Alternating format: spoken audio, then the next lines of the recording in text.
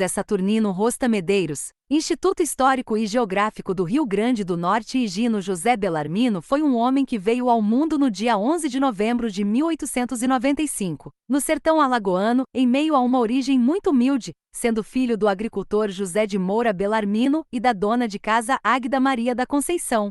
Em um extenso depoimento realizado ao jornal Recifense Diário da Noite de 1952, essa figura pouco comentou sobre sua família, mas disse que dos 3 filhos do humilde casal só ele vingou, ou seja, só ele sobreviveu às secas, à fome e às doenças que graçavam no interior nordestino no final do século XIX e nos primeiros anos do século XX, mostrando que desde cedo era um forte. Frederico Pernambucano de Melo informou que Higino Belarmino era primo de um cangaceiro cognominado André Tripa, um homem que buscou a sobrevivência com um pau de fogo nas mãos. Sobre ele Frederico escreveu: notório bandido de região fértil, a zona de transição Mata Agreste de Pernambuco, nos anos relativamente calmos do início do século XX, terá sido também André Tripa, a quem Pereira da Costa distingue com o título de célebre cangaceiro, adiantando que se tratava do terror da zona sul do estado. Na memória do nosso principal informante, Miguel Feitosa, fomos buscar a explicação para o vulgo curioso do bandido, em estanca dotada de admirável movimento, cuja autoria lamentavelmente ignorava. Havia nas Alagoas uma tal Joana Fateira, não tenho ciência certa se era casada ou solteira, sei que tinha um bom menino que ajudava, por contínuo a vender tripa na feira essa. Tal Joana Fateira, segundo Miguel nos adiantou com toda segurança, além de mãe do Tripa, era tia do famoso comandante de volantes da polícia pernambucana Higino José Belarmino, o Nego Gino, que após duros combates na década dos 20 contra bandidos, principalmente Lampião, chegaria à patente mais alta da força, a demonstrar o quanto era vária e imprevisível a sorte de um menino do mato naquela época. Sim, porque a de seu primo valente muito cedo teria fim na vertigem da violência a que se entregou, sem ser socorrido nem mesmo pelas suas orações. E certo que as orações não servem para ofender, mas fazem quem as traz consigo com elas se enfurecer, como André Tripa fazia, pois crendo que não morria matou gente até morrer, talvez temendo alguma perseguição pelo fato do parentesco com André Tripa. José de Moura Belarmino e Dona Águida deixaram o solo alagoano e passaram a residir na cidade pernambucana de Correntes, não muito distante de Garanhuns. Trabalhavam nas terras do Dr. Eutrópio Gonçalves de Albuquerque e Silva, juiz de direito aposentado e pessoa de muito prestígio na região. Nessa convivência o juiz Eutrópio se afeiçoou do jovem Higino e passou, com a anuência de seus pais, a lhe ensinar elementos básicos da educação.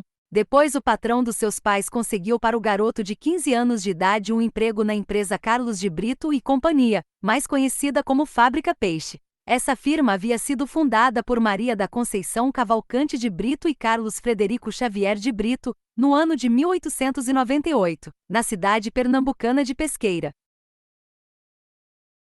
Começou como um pequeno negócio destinado à produção de doces de goiaba, mas em poucos anos se tornaria uma grande empresa e um marco da industrialização do Nordeste.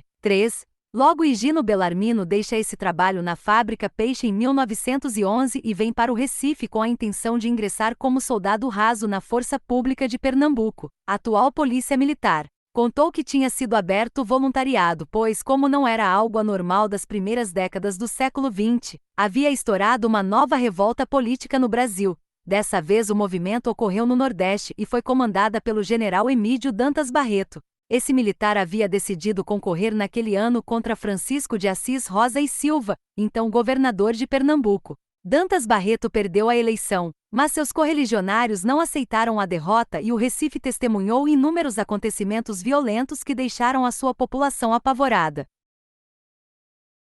Tiroteios, brigas, fechamento do comércio, paralisação dos bondes e o povo sem ir às ruas.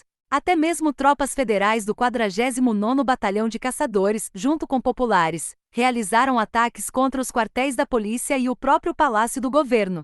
Finalmente, em 19 de dezembro de 1911, Dantas Barreto assumiu o cargo de governador de Pernambuco. Quanto a Higino Belarmino, apenas em 1º de março de 1912, quando a revolta já tinha sido encerrada, efetivamente se tornou um militar. Realmente parece que Higino José Belarmino não havia nascido para ser operário de uma fábrica de doces, mas para viver com um pau de fogo nas mãos, tal como seu pretenso primo André Tripa. A diferença era que enquanto Tripa apodrecia em uma cova, Higino utilizou sua farda e seu fuzil pelo resto de sua longa vida, trocando tiros com Antônio Silvino, e em Fernando de Noronha mal havia entrado na polícia e Higino Belarmino já foi deslocado para a zona da Mata Norte de Pernambuco, sob o comando do alferes Nicolau Pinto Teixeira, com ordens de perseguir o cangaceiro Antônio Silvino e seu bando. A sua volante tinha sede na cidade pernambucana de Timbaúba e por lá o antigo operário de pesqueira chegou em julho de 1912 e lá permaneceu um ano inteiro. Higino comentou que entre suas perseguições ao célebre cangaceiro, ele foi ferido por um balaço na coxa direita em um combate ocorrido nas imediações da cidade paraibana de Pedra de Fogo. Ao cruzamos essa informação com os jornais pernambucanos e paraibanos de julho de 1912, não encontramos nenhuma referência sobre algum combate nessa cidade paraibana. Mas sabemos que no começo desse mesmo mês Antônio Silvino e seus cangaceiros estiveram próximos da vila pernambucana de São Vicente, atual cidade de São Vicente Ferrer, localizada a cerca de 60 quilômetros de distância de Pedra de Fogo. Nessa aproximação supostamente houve um tiroteio e depois os cangaceiros se homiziaram nas matas dos engenhos Patos e Condado, locais que estavam localizados na área do município pernambucano de Bom Jardim. Os jornais afirmaram que o cangaceiro Silvino conhecia bem aquelas brenhas, que utilizava aquela área como base para ataques aos lugares Macapá, atual Macaparana, Pirauá, hoje um distrito de Macaparana, São Vicente, atual São Vicente Ferrer, e Vicência Fernando de Noronha no início do século passado. Após o ferimento, Higino segue para o Recife para se reestabelecer e receber ordens. Não demorou e lhe foi informado que deveria seguir para o arquipélago de Fernando de Noronha com um grupo de prisioneiros. Nessa época, o mais belo e paradisíaco conjunto de ilhas oceânicas brasileiras possuía um dos mais temidos presídios do país. Era comum o tráfego de condenados, pessoal administrativo e guardas penitenciários entre Recife e a Vila dos Remédios, a capital de Fernando de Noronha. Para isso era utilizado o vapor de pesca Alberto Maranhão, pertencente à Companhia de Pesca do Norte do Brasil. Esse barco havia sido construído na Inglaterra, sendo originário do porto de Grimsby, na região de North East Lincolnshire, leste da Inglaterra, e batizado como Grover. Foi comparado em 1910 pelo empresário pernambucano, de origem holandesa, Julius von Schosten. Tinha 32 metros de comprimento, pesava 180 toneladas brutas, comportava uma tripulação de 12 homens, pescava com redes de arrasto que poderiam conseguir até 60 toneladas de peixes.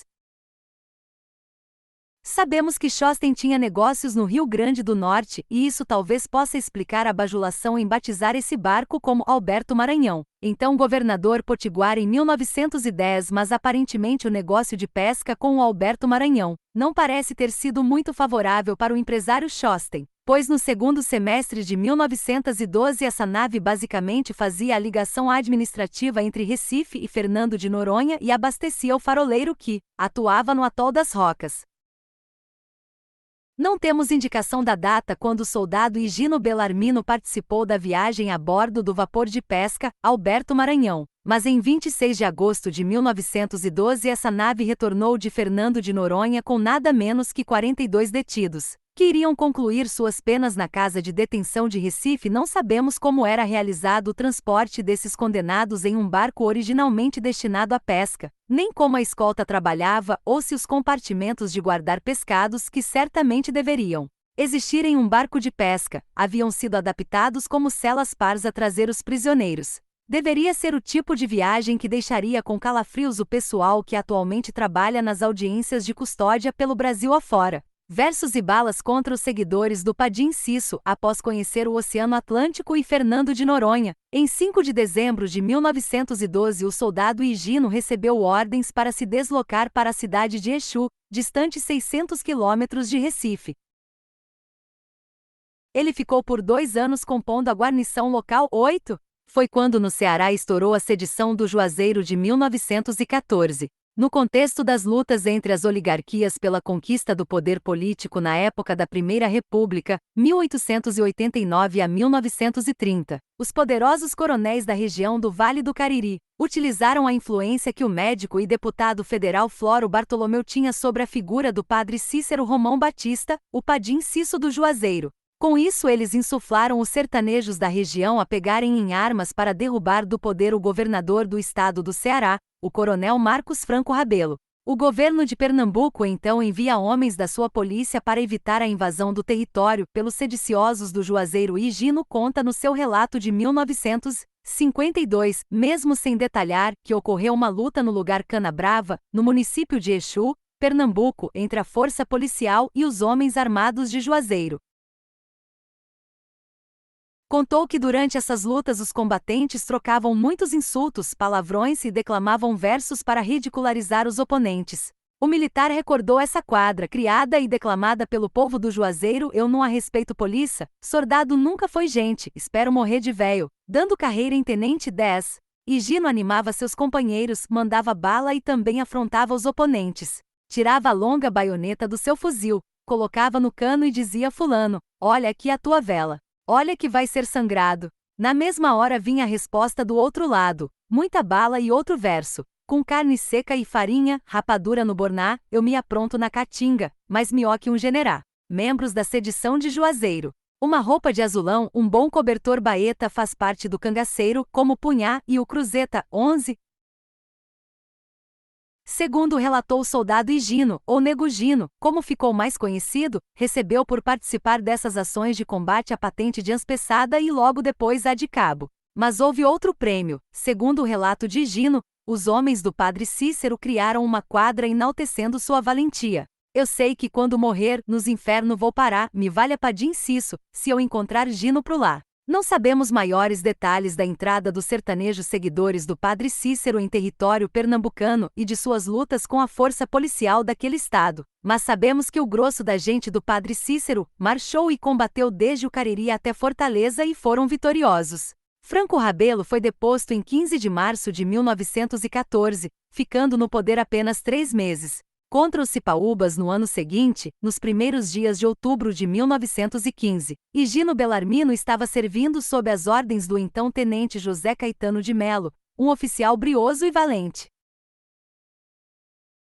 Nessa época esse militar atuava na cidade de Cabrobó e juntos com outros policiais passaram a perseguir um grupo de cangaceiros que se encontrava atuando nessa região. 12. Este era o bando dos Cipaúbas ou Cipaúbas, cuja grafia muda conforme a fonte pesquisada. Um jornal de época e o depoimento de Higino Bellarmino comentaram que esses cangaceiros atuavam nas caatingas dos municípios pernambucanos de São José de Belmonte, Salgueiro e Cabrobó. Já a prisão ocorreu no lugar Jacaré, cerca de 2 léguas, 16 quilômetros, de Cabrobó, próximo ao sítio Barro Vermelho. Foram presos os irmãos Cassiano e José Cipaúba. Segundo Jorge Matar Vilela, autor do interessante livro O Povo em Armas, Violência Política no Sertão de Pernambuco, esses bandoleiros formavam um microgrupo de base familiar cujas façanhas, já em 1915, os retirava das pequenas intrigas e fazia seus nomes migrarem para as preocupações das autoridades policiais litorâneas.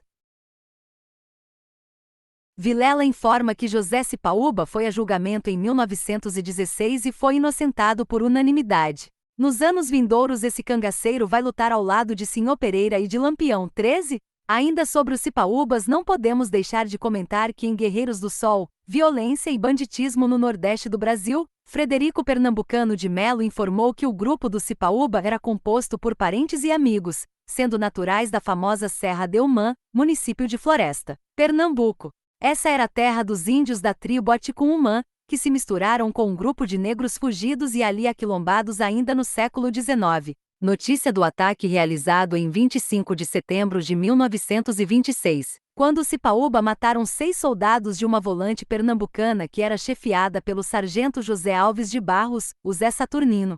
Frederico conta que a Serra de Umã possuía uma tradição de selvageria, e que muitos assaltos ocorriam nas estradas da região. Para esse autor o principal expoente desse bando foi Livino Cipaúba. Em 25 de setembro de 1926, os Cipaúba mataram 6 soldados de uma volante pernambucana que era chefiada pelo sargento José Alves de Barros, o Zé Saturnino. Mas nos primeiros meses de 1927 o tenente Arlindo Rocha, também da polícia de Pernambuco, prendeu Livino Cipaúba e em seguida o fuzilou. 14. Não sabemos se os cipaúbas capturados em Cabrobó pelo tenente José Caetano e seus policiais eram do mesmo grupo familiar dos cipaúbas da Serra de Umã, combate da Quixaba ou Queixada. O relato de Higino José Bellarmino então nos leva a 6 de novembro de 1919, na zona rural de São José de Belmonte, em um momento de seca tremenda. Nessa região, o cabo Higino fazia parte de uma numerosa volante composta por mais de 70 militares e paisanos, comandados pelo agora capitão José Caetano de Melo e os tenentes Manuel da Costa Gomes e Augusto de Lira Guedes. Antiga Rua do Comércio, em São José de Belmonte, fonte, arquivo de Valdir Nogueira, Belmonte PE, através do pesquisador Arthur Carvalho. Os policiais receberam a informação que um grupo com cerca de 45 cangaceiros, comandados pelos chefes Sinhô Pereira e Luiz Padre, estavam arranchados em uma propriedade que eles denominaram como Quixaba, a cerca de 8 léguas, 48 quilômetros, de São José de Belmonte, tendo esses bandoleiros passado no dia anterior pelo lugar Olho d'Água 16? Essa propriedade Quixaba pertenceria então a Antônio Pereira de Araújo, conhecido como Antônio Maroto, primo de Sinhô Pereira e Luiz Padre. Ao realizar essa pesquisa, nada descobri com o cruzamento de informações sobre a existência de alguma propriedade denominada Quixaba, localizada na zona rural de São José de Belmonte e que pertencia a Antônio Maroto. Diante da dúvida, realizei um telefonema para meu amigo Valdir José Nogueira, a quem considero um dos maiores e mais abnegados pesquisadores nas questões sobre as lutas das famílias Pereira e Carvalho, sobre o cangaço na região do Pajeú pernambucano e sobre a história de São José de Belmonte, sua querida cidade. Para Valdir, o fato de não encontrar uma fazenda denominada Quixaba que tenha pertencido a Antônio Maroto reside em uma situação bem simples. Nunca existiu em São José de Belmonte uma propriedade com esse nome e que tenha pertencido a essa pessoa. Para esse pesquisador, o fazendeiro Antônio Maroto tinha sim uma grande propriedade, mas essa era a Queimada Grande, com uma parte de suas terras pertencendo a São José de Belmonte e outra na área territorial do vizinho município de Jardim, já no Ceará matriz de São João, Mirandiba, Pernambuco. Foto, Kelvis Felipe. Em relação ao combate de 1919, Valdir afiança que ele se desenrolou não muito distante de um pequeno arruado em desenvolvimento, denominado Queixada, e não Quixaba, atualmente a sede do município autônomo de Mirandiba 18? Para o pesquisador belmontense, seja por erro de interpretação ou de grafia, nos telegramas emitidos para o quartel da polícia em Recife, posteriormente divulgados para a imprensa local, sempre aparece o nome Quixaba. Valdir Nogueira afiança também que o combate de 6 de novembro de 1919 se deu na área da Serra da Forquilha, uma elevação com cerca de 600 metros de altitude, próximo da Serra Comprida e ao norte do Riacho Terra Nova. Essa região fica a cerca de 16 quilômetros da antiga comunidade da Queixada, atual Mirandiba. E realmente tudo parece ter bastante fundamento, pois segundo Valdir Nogueira a distância da região de São José de Belmonte para a Queixada equivale a 8 léguas, 48 quilômetros. Próximo da área da Serra da Forquilha existe até hoje uma propriedade denominada Olho d'Água. Valdir me recordou também que o local desse combate fica próximo das antigas comunidades de Bom Nome, Santa Maria, atual Tupanaci, e São Francisco, pequena vila que foi coberta pelas águas do açude da Serrinha, cuja população mudou para uma comunidade denominada Pajeú. Esses locais eram pontos de forte apoio e concentração de membros da família Pereira, onde Sinhô Pereira e Luiz Padre contavam com bastante proteção. Ainda em relação ao combate da Serra da Forquilha, Valdir Nogueira apontou que no folheto 17, intitulado A Primeira Caçada Aventurosa, do romance D. A Pedra do Reino e o Príncipe do Sangue do Vai e Volta, segunda edição, 1972, p. 83, o escritor Ariano Suassuna rememorou esse acontecimento. Saímos, tomando o lado do qual se avista, do terraço, do casarão da fazenda Carnaúba, a célebre Serra da Forquilha, aquela na qual um dos Pereiras mais valentes do nosso tempo, Sinhô, chefe venerado de Virgulino Ferreira Lampião, tinha obtido vitória num sangrento combate contra a polícia e os Carvalhos. Visual da Caatinga na zona rural de São José de Belmonte, foto, Rosta Medeiros. Voltando para o combate de 6 de novembro de 1919. O numeroso grupo de 45 bandoleiros estava na área da Quixaba, ou Queixada, porque esse local, segundo os estudiosos do tema cangaço, pouco tempo antes tinha sido atacado por Sindário e outros inimigos da família Pereira. Sinhô Pereira então acreditava que nem a polícia e nem seus inimigos retornariam ao lugar naquele momento. Mesmo assim, ele e Luís Padre dividiram seus homens pelos serrotes existentes, em um riacho próximo e em uma casa que havia sido anteriormente queimada, mas que possuía boas condições de proteger parte de seu grupo. Em seu depoimento de 1952, Higino Bellarmino afirma de maneira categórica que entre os cangaceiros que estavam ao lado de Sinhô Pereira nesse combate temos o vilabelense Virgulino Ferreira da Silva e dois de seus irmãos que cada vez mais aprendiam sobre as táticas de combates na Caatinga. Enquanto os cangaceiros descansavam, a volante com mais de 70 militares e paisanos avançavam atrás deles. Naquele dia Sindário e seu grupo de homens armados estavam entre os paisanos que acompanhavam os policiais. O nome real de Sindário era Jacinto Alves de Carvalho, sendo também conhecido como Sindário Carvalho ou ainda Sindário das Piranhas. Esse homem é tido por Frederico Pernambucano de Melo como um cangaceiro vingador, que havia se tornado o braço armado da família Alves de Carvalho em sua sangrenta luta contra a família Pereira 19. Higino Bellarmino narra então que a volante chegou na área onde se concentravam os cangaceiros ainda com dia claro, tendo ele seguido junto com o capitão José Caetano. O grupo se aproximou da casa semi-destruída, onde os soldados desconfiavam que estivessem os bandoleiros. Quando estavam a 10 metros do local, os cangaceiros abriram fogo cerrado e 8 militares tombaram ao solo, ficando 7 feridos e um morto. Esse último foi o cabo José de Souza Oliveira, que segundo Higino recebeu um tiro na carótida e morreu nos seus braços. O tiroteio continuou forte, com os policiais em campo aberto e os cangaceiros, em número superior a 20, atirando do interior da casa e gritando que os militares eram filhos da besta torta. Os soldados feridos gemiam e pediam ao capitão José Caetano que não os deixassem serem mortos a punhaladas pelos cangaceiros. Higino narra que aqueles pedidos desesperados tornaram seus companheiros mais aguerridos. Nesse momento o capitão chamou Higino e lhe disse que eles deviam tomar aquela casa de qualquer maneira. Mesmo com a munição escasseando, o cabo comandou um grupo de 10 policiais em um ataque direto contra a casa. Entraram lutando pelos fundos da vivenda e se misturando aos cangaceiros, que fugiram pelas janelas aos gritos 20. Por volta das 6 da tarde chegou na área do combate o capitão Teofanes Ferraz Torres, com um reforço de homens e munições. Esse militar informou ao comando da Força Policial em Recife que o combate durou 2 horas e, além da morte do cabo José de Souza Oliveira, ficaram feridos os soldados Isidoro Leite da Silva, João Matias Santos, José Soares da Costa, Henrique Ludigero Santos, Firmino Jerônimo Silva, Antônio Francisco Xavier e o cabo Antônio Marques Silva. O capitão Teofanes informou que o cabo Marques levou um tiro no crânio, mas estava vivo quando o encontrou 21. Na página 29 do livro de Nerta Macedo Sinhô Pereira, O Comandante de Lampião, publicado em 1975, ed. Arte Nova, São Cristóvão RJ, o autor traz o depoimento de Sinhô Pereira sobre esse combate.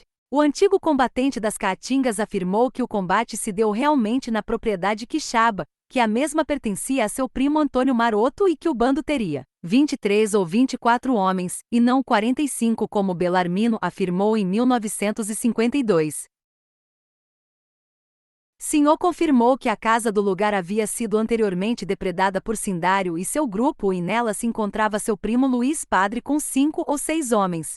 Já Sinhô estava em um riacho próximo com outros 17 cangaceiros, deitados no chão, descansando. A polícia e Sindário chegaram e cercaram a casa, pensando que todos os cangaceiros estavam lá e para Sinhô Pereira a volante teria 20 e tantos homens. Já o tiroteio teria durado 3 horas, em meio a um sol bastante quente. Ficaram feridos 5 cangaceiros, Zé Preto, Moreno, Teutônio, Chiquito e Zé Piutá. Além desses, outro ferido foi Luís Padre, atingido de raspão na pestana, ferimento esse que sangrou bastante. Sinhô confirmou que um soldado ficou morto no terreiro e um dos policiais feridos ficou todo aleijado. Em nenhuma linha do seu depoimento a Nerta Macedo, ex-chefe cangaceiro, afirmou que Virgulino Ferreira da Silva e seus irmãos estiveram presentes nesse combate. Em seu extenso depoimento realizado ao jornal Recifense Diário da Noite de 1952, Higino Bellarmino afirmou que após o término do tiroteio o capitão José Caetano solicitou ao capitão Teofanes Ferraz a promoção do cabo Higino pela sua bravura e seu comportamento naquele combate. Mas o capitão Teofanes negou, visto não ter o inferior morto o chefe dos bandidos Sebastião Pereira ainda sobre André Tripa. Frederico Pernambucano de Melo nos conta o seguinte: foi morto com uma manulixa de um tenório da localidade Gentil, e também Miguel quem nos revela como isto se deu, a partir como sempre de uma denúncia. Levaram fresca notícia na pedra ao capitão Basto, este tirou 10 soldados, ver se o Tripa tinha gasto. Seguiram para Santo Antônio, onde tem cabra medonho, bom de espingarda e de rasto. Famoso e legendário ainda em vida, como costumava acontecer com os bandoleiros que mais se destacavam, Tripa mereceria por morte. Citação no relatório anual do chefe de polícia de Pernambuco, Manuel dos Santos Moreira, dirigido ao governador Sigismundo Antônio Gonçalves, com data de 31 de janeiro de 1905. Nos limites da Pedra com o município de Garanhuns, deu-se o encontro da força com o grupo chefiado pelo célebre bandido André Tripa, resultando a morte deste e de uma praça. Ver, Melo, F.P. Guerreiros do Sol, Violência e Banditismo no Nordeste do Brasil. Quinta edição. São Paulo SP 2013, páginas 355 a 357. Eutrópio Gonçalves de Albuquerque e Silva foi juiz em várias cidades do interior pernambucano, como Flores e Cimbres, tendo sido aposentado por problemas de saúde em 1905, conforme se descreve na primeira página da edição de 7 de julho de 1905, do Diário de Pernambuco. O doutor Eutrópio passou a receber uma pensão anual de 3 contos, R$ 860.518.